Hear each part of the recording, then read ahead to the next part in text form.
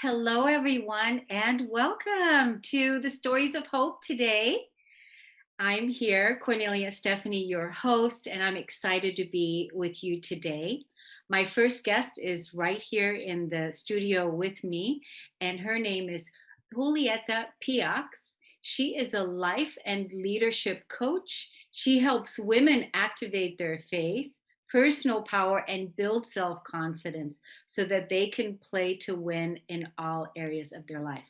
Julieta is a certified coach with the John C. Maxwell team and has worked with women for more than 15 years. She has successfully created the life that she wants to live and is passionate about helping women do the same by guiding them to use what is already inside of them and achieve their best life.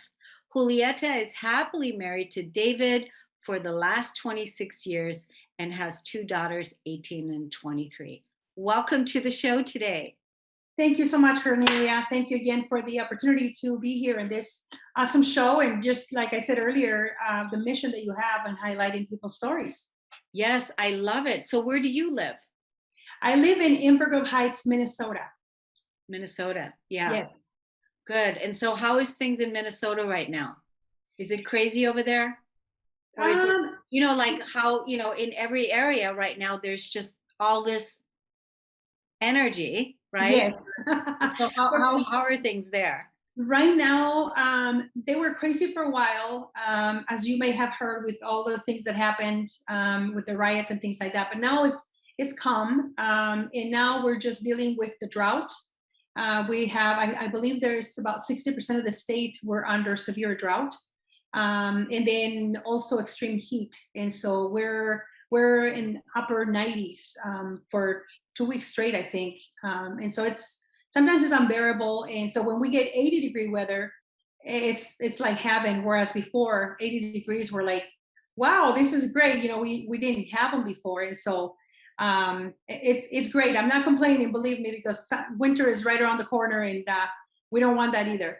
No, that's true. That's true. And you guys over there, you have some strong winters, don't you? Absolutely. Yes. Yeah. So there's no need to complain about that.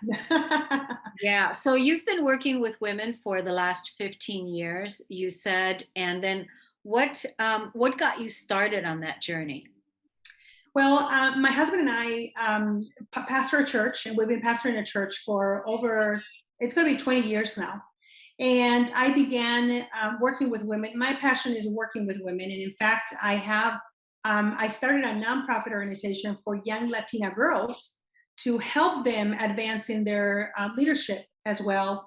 And that's in its 11th year. And I knew from before then that I wanted to help women get out of the mentality of I can't do it right now because I have to do my family first, or my kids first, or what have you. And so that's where this whole journey of helping women in particular started for me. Yeah, that's so powerful. That's so powerful because, a lot of our conditioning of the past always had us focused on everyone else first instead of, I was just on with a client before I came onto the show today talking about how important it is to make sure that your cup is full.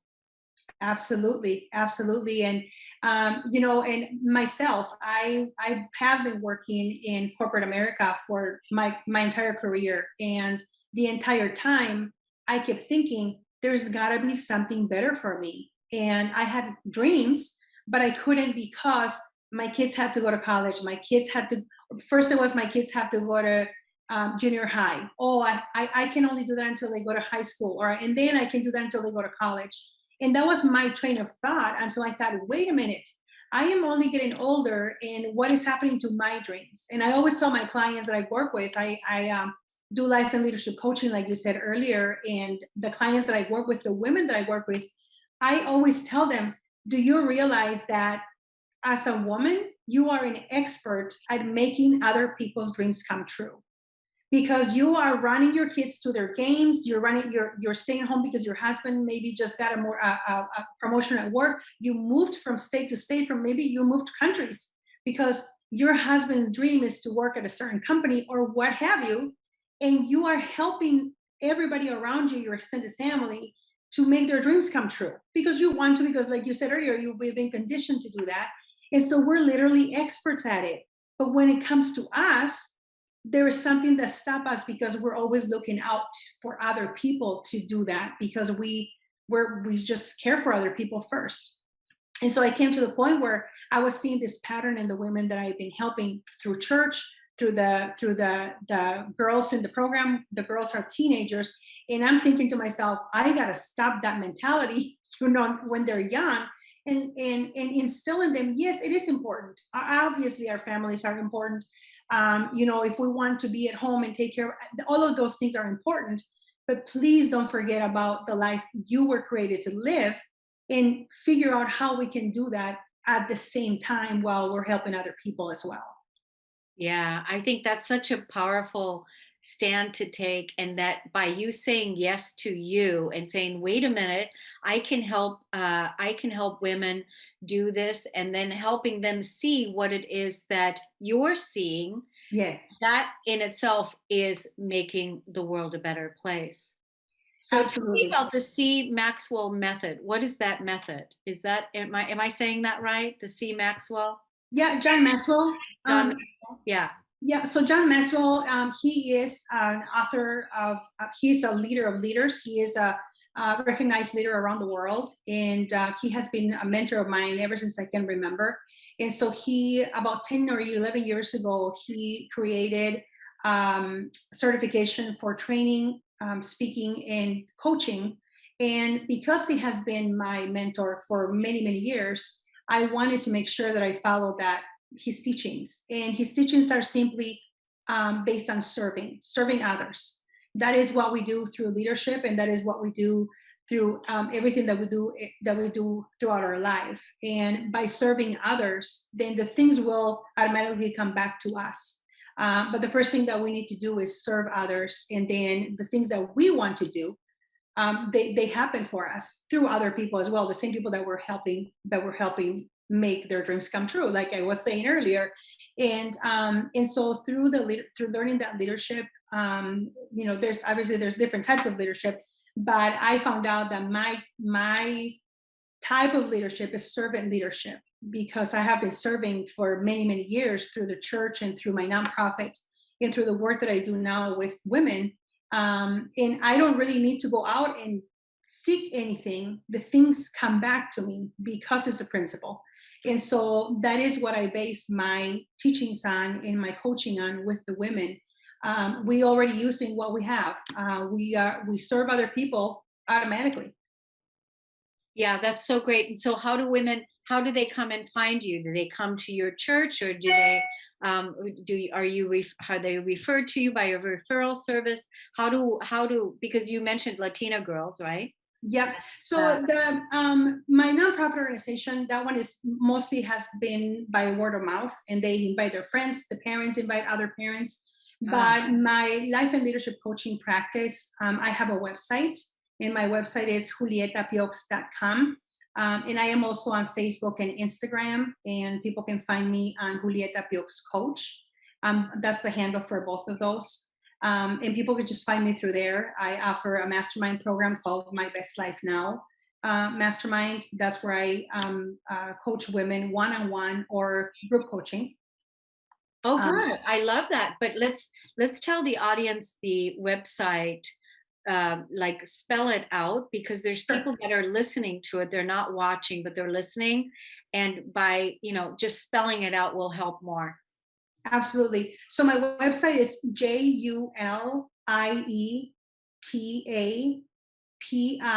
julietapiox.com. Yeah, And good. that is where you can find all the information. Good. Yeah, it's nice to know that you're doing those group coaching also, and that you're doing masterminds. Are you and I friends on Facebook, by the way? Yes, I just sent a request and you befriended me today. Yeah, so thanks. Okay, that was today, right? Yes, Okay, yeah, good. Yeah, I really would like to connect with you again because I think that, we can support each other with some of the groups that we're involved in. So at some point, you're going to be hearing from me because I really love what it is that you're doing. I see so much value for the women absolutely. right now so that the women can rise to their next level because it's women that are going to Absolutely. that Yes. are going to make sure that all the children are fed. It's all of us that are going to be supporting each other to make sure that the kids have what it is that they need, and that time really is now. For So sure. yeah, what do you want to leave our audience with today, for the last minute? I think what I would just say is for the audience is to understand and realize that we are all born with personal power. And all we need to do is tap into it in order for us to reach our dreams and our goals.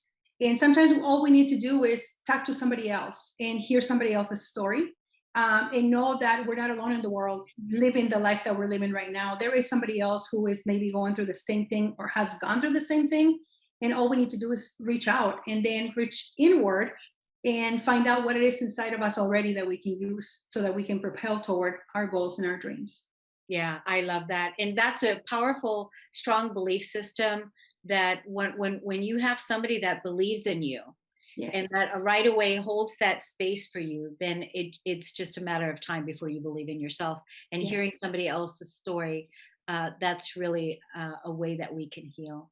Thank you so much, Julieta. It was wonderful to meet you. Yes, I you too. Thank you, Cornelia. appreciate so much what you're doing. And we're going to share with you the videos that you can share on your social media as well. And feel free to tag me in and let your audience know as well that you Sounds were good. here on the show today. So thank you Sounds good. so Thank you so much. Have a good much. one. Okay.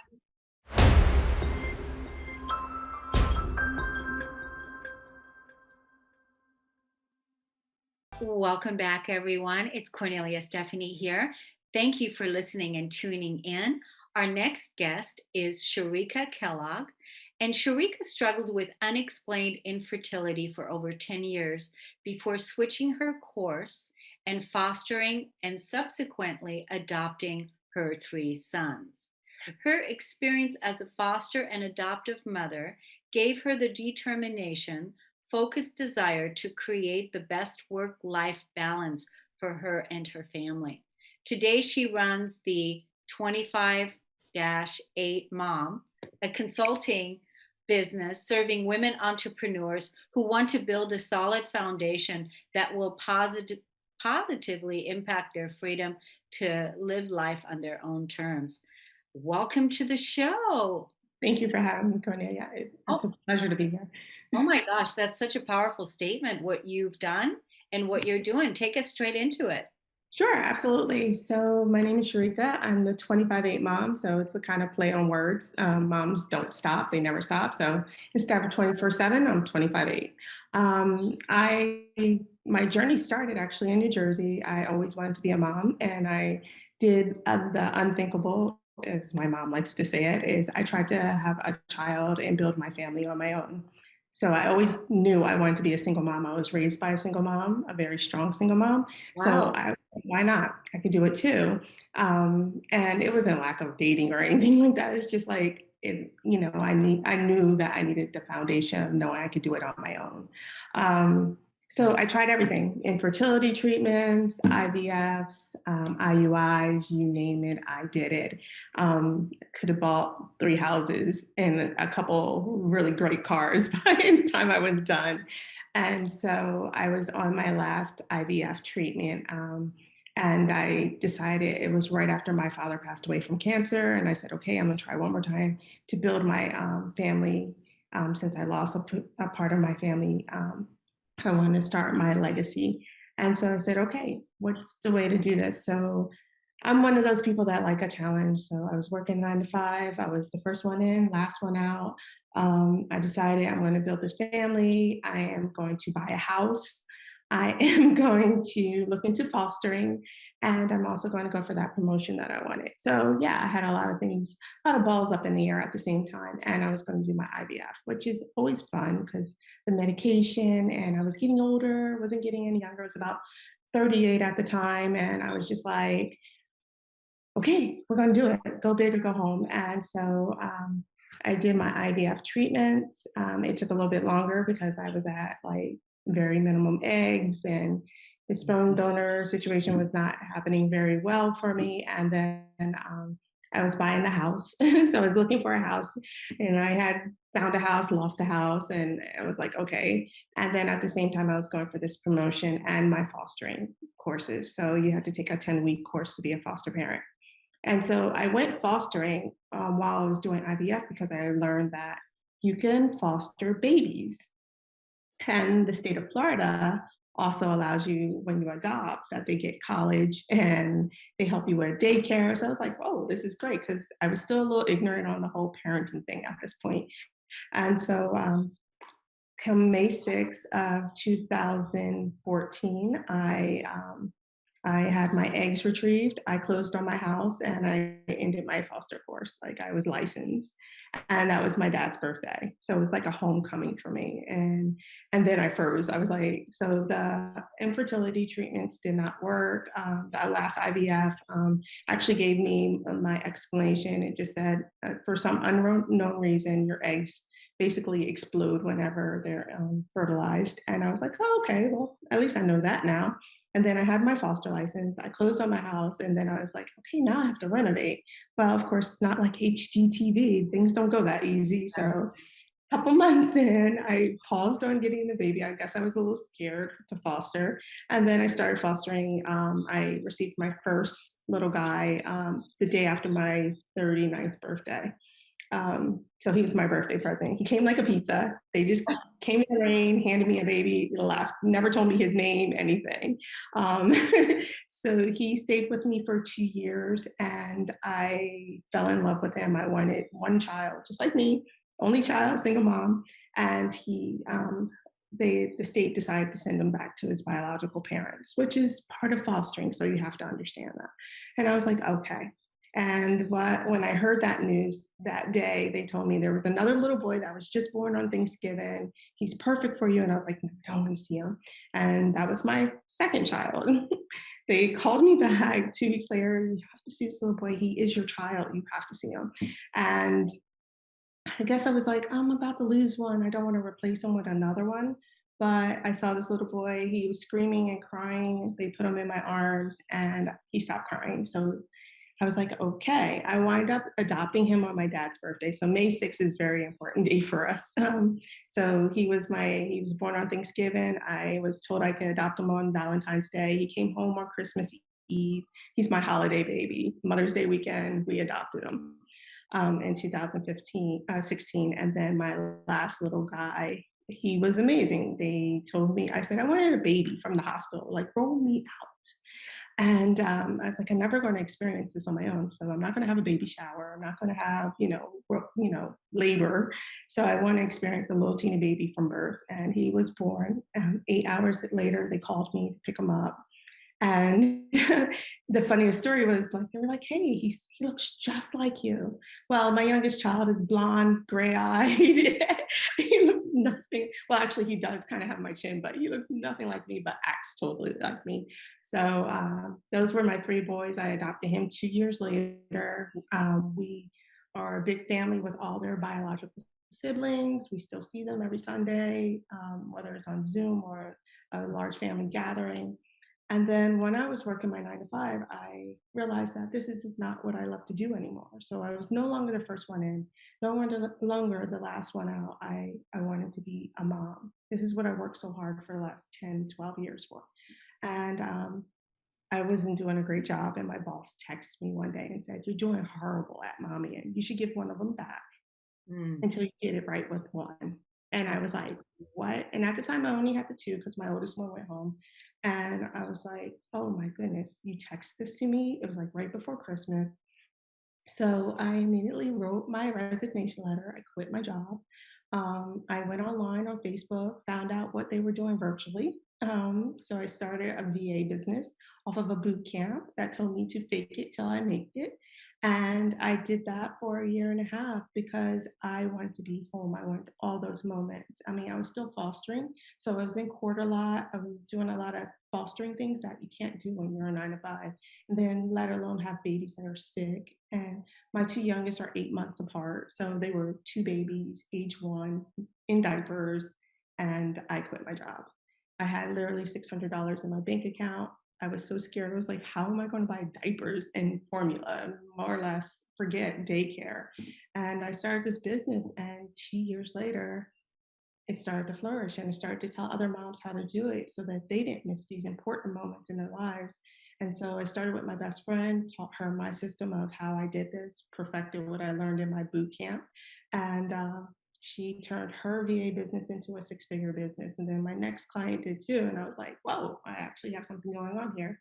And so that's how 25-8 Mom came about, of me consulting and coaching other moms how to be everything that they already are to their children and families, and to being able to own what they're doing in their lives, instead of asking a boss, hey, I need to take the time off because classrooms shut down and my kids are home for 14 days in quarantine. What can we do? If you own your own business, you own your own time, you set your own schedule, you're able to do this and pivot and shift as the tides and flows, with the way of the world these days. So that is what I did. Oh my God, I'm just like, I'm speechless. There's so many things you said. I'm just speechless. First of all, you are amazing.